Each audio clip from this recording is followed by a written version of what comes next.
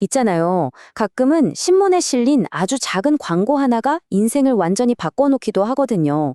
오늘 우리가 함께 살펴볼 이야기가 바로 그런 정말 마법 같은 변화에 대한 이야기입니다. 묻은 건 바로 이 광고. 정말 거부할 수 없는 이 광고 한 줄에서 시작돼요. 등나무와 햇살의 가치를 아는 분들께 라니. 이건 뭐 평범한 일상에서의 완벽한 탈출을 약속하는 거잖아요. 이 문구가 4명의 여성의 마음을 단번에 사로잡아 버렸죠. 이 대비 좀 보세요. 정말 극명하지 않나요? 왼쪽이 바로 이 여성들의 현실이에요. 비 내리고 검댕이 뿐인 런던.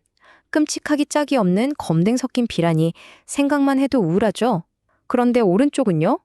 이탈리아 4월의 모든 찬란함. 와, 이건 뭐 완전히 다른 세상인 거죠? 자, 그럼 이 마법 같은 부름에 응답한 4명의 여성을 만나볼까요? 런던에서 온 서로는 전혀 모르는 사이인 4명의 이방인들이에요. 각자 자신만의 조용한 불행 속에 갇혀 있었지만 딱 하나, 지금과는 다른 삶을 갈망한다는 공통점이 있었죠? 자, 첫 번째 인물은 로티 윌킨스입니다. 얼마나 소심하고 존재감이 없었냐면 여기 쓰여 있듯이 절약에 시달린 옷 때문에 거의 보이지 않을 정도였다고 해요. 남편을 포함해서 세상 그 누구에게도 자기는 보이지 않는 그냥 집안의 가구 같은 존재라고 느끼면서 살아가고 있었죠. 다음은 로지 아버스너디예요.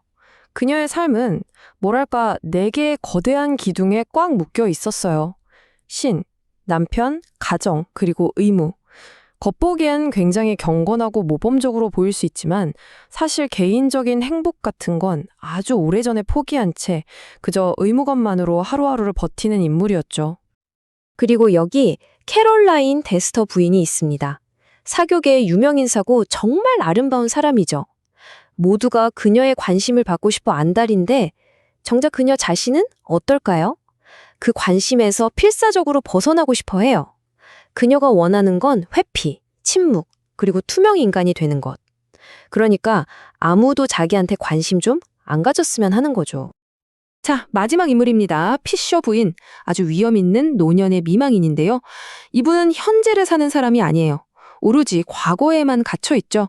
그녀가 바라는 건 딱 하나. 그냥 조용히 햇볕 아래 앉아서 옛날 자기가 알던 위대한 사람들을 추억하는 것뿐이에요. 자, 그럼 이 성을 한 달 빌리는데 드는 비용이 얼마였을까요? 바로 60파운드. 지금도 적은 돈이 아니지만 당시 로띠와 로지에겐 정말 어마어마한 금액이었어요. 이 돈을 마련하려고 몰래 모아뒀던 쌈짓돈까지 꺼내야 했으니까요. 근데 이게 단순히 돈 문제가 아니었어요. 특히 로즈 같은 사람에겐 말이죠. 그녀에게 60파운드는 자기가 도와야 할 가난한 사람들에게 사줄 수 있는 튼튼한 장화가 끝도 없이 펼쳐진 그런 돈이었거든요. 그러니까 이 여해는 자신의 의무를 저버리고 개인적인 기쁨을 좇는다는 아주 깊은 죄책감을 느끼게 하는 선택이었던 셈이죠. 자, 드디어 산살바토레라는 이름의 성에 도착합니다. 그리고 정말 놀랍게도 변화는 거의 도착하자마자 시작돼요.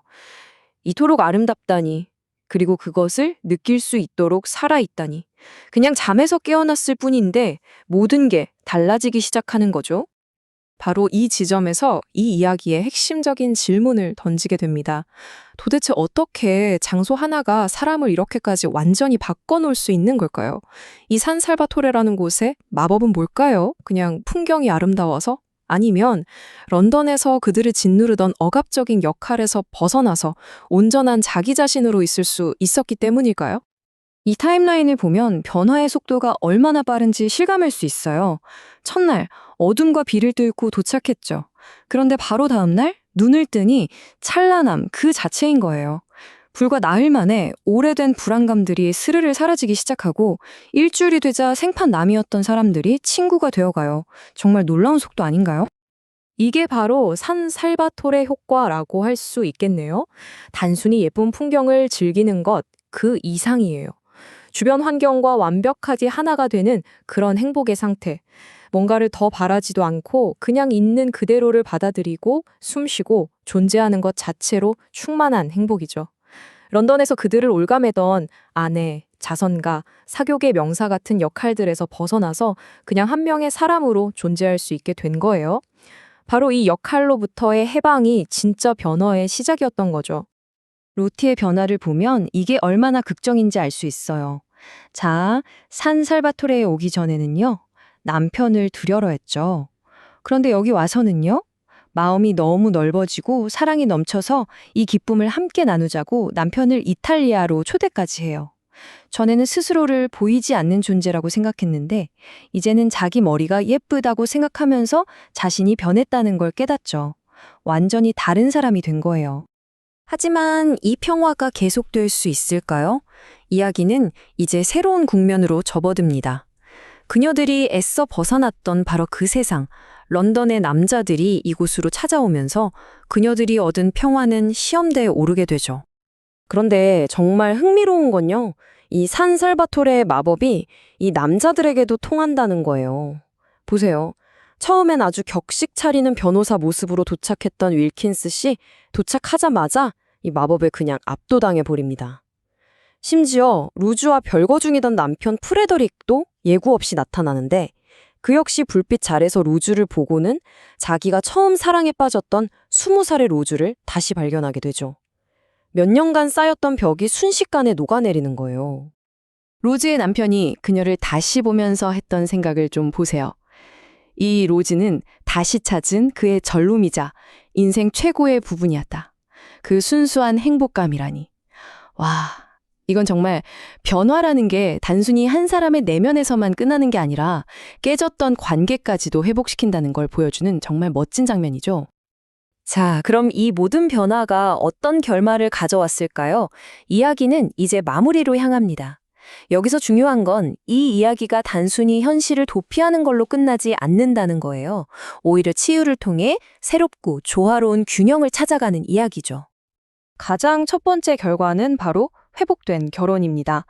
의무감 속에 갇혀있던 로즈와 그녀의 남편 프레더릭, 이 두 사람의 깨졌던 관계가 산살바토레의 마법 덕분에 치유되고 서로를 새롭게 발견하게 됩니다. 그리고 정말 뜻밖의 우정도 싹 틉니다. 누구랑 누구 사이냐면요. 바로 그 엄격하고 고집세던 피셔 부인과 명랑하고 사랑스러운 로티 사리에서요.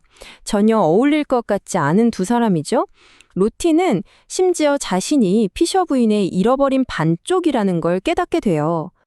늘 모든 것에 지쳐있던 캐롤라인 부인에게도 새로운 시작이 찾아옵니다. 그 지긋지긋한 권태에서 벗어나서 생전 처음으로 진정한 관계에 마음을 열게 되거든요. 이 차트를 보면 내 여성의 여정이 한눈에 들어오죠. 보이지 않던 존재였던 루티는 즐거움을 찾았고 의무에 묶여있던 로즈는 사랑을 되찾았어요.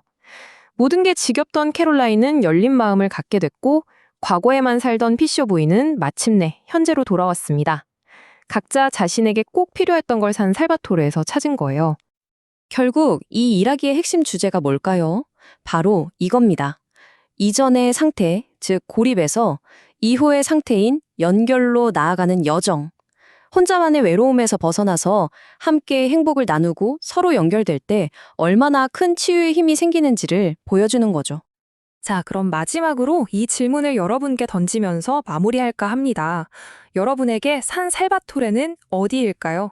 혹은 무엇일까요? 어떤 장소, 어떤 경험이 여러분에게 이런 마법 같은 변화를 가져다 줄 수 있을지 한 번쯤 생각해 보시는 건 어떨까요?